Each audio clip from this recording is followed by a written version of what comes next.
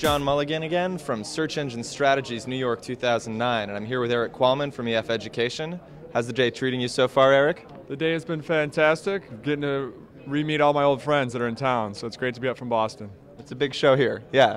Well, earlier today you presented on one of the more interesting tracks that we've got, the one where like everyone gets to spin up their wheels and think outside the box, the future of search, right? Yes. And you presented on social media, right? Yes, that's correct. And what we're looking at is just where is the search world going to? As you've seen that Google is almost at ubiquity in a lot of markets, is they're starting to see that their main competition is not MSN or Yahoo. Their main competition is Twitter and also Facebook.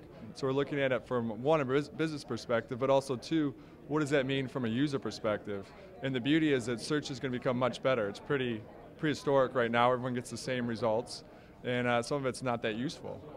Now, you and I were talking earlier about the two different dimensions on which social media has better data to offer and a richer user experience. The first being the sort of social, authoritative depth which the search data possesses, given that people use it. And the second being that with the live feeds, you have up-to-the-minute information on what people are looking for. Can you speak first to the social?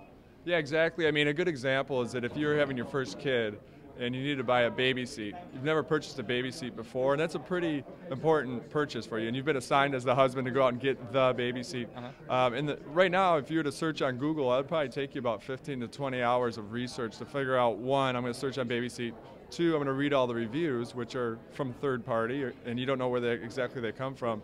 And so that's a lot of wasted effort. I call it multiple individual redundancy. So thousands of people are doing that same exact research. Right. But in the future, and the future is now, is that on, let's say, Facebook, with their Connect tool, with their Beacon tool, what you can do is that I search on baby carriage, and what comes back is, of your 200 friends, did you know that 30 have purchased a baby seat in the last year? Of those 30, 20 have purchased this exact same baby seat, and here are their reviews. And so you can see that's where the search is probably going to go, is that I care more about what my friends think than what I care about Google thinks.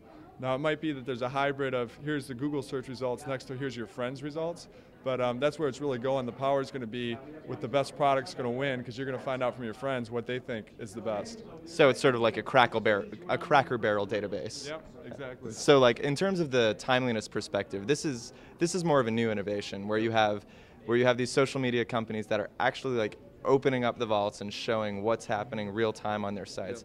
Yep. Can you give an example of some ways that's been useful for marketers? Yeah, I mean, some of the more common examples are with Twitter. So you have Comcast, JetBlue that are real time going on Zappos. They're going in and they're looking for search terms around their company brand name, and they're answering those dilemmas real time with their customer base. So if someone pings, my Comcast is not working, I'm very frustrated, they get answered within an hour. Here's how you resolve it. So it's real time to where they can actually have that conversation going with their customer. So that's one of the huge uses of Twitter, and you're going to see that more and more as we move along. And that is why some people speculate that Google might buy Twitter, because you can see that that's where search is going to happen. If you're trying to set up your Apple TV and you're having a tough time doing it, you're going to go, I can't figure out how to set up my Apple TV. You might get pings right away from your friends on Twitter that say, oh, I had the same issue, here's how you resolve it. And also at the same time, you might get a ping from the Apple rep that says, hey, here's the FAQs on that. And third, you might get one from another party vendor going, don't go with Apple TV, that is a known problem, go with our product. And you did an interesting little experiment recently, right, in terms of trying to figure out what was the biggest mover in the social media space. You sort of crowdsourced the problem, right? Can you tell us about your brackets? Yep. So I'm a huge college basketball fan, and right now we're in the middle of March Madness, so I set up just a Sweet 16 of all the best social media that I thought that's out there. And so I ranked them 1 to 16, and then I had them in a bracket type format, and then I used on Twitter and also Facebook, a Facebook application for users to come in and vote. And they could fill out their bracket just like they do for basketball. And it turns out that the overall winner was Facebook. I thought the number 2 overall most clicked on winner would be Twitter, but it was actually YouTube. And so what that told me is that Twitter hasn't really caught on with the moms and the grandparents like a YouTube or a Facebook has, but I think that it will. It's just not there yet. It's only with the technorati, but it's growing quickly.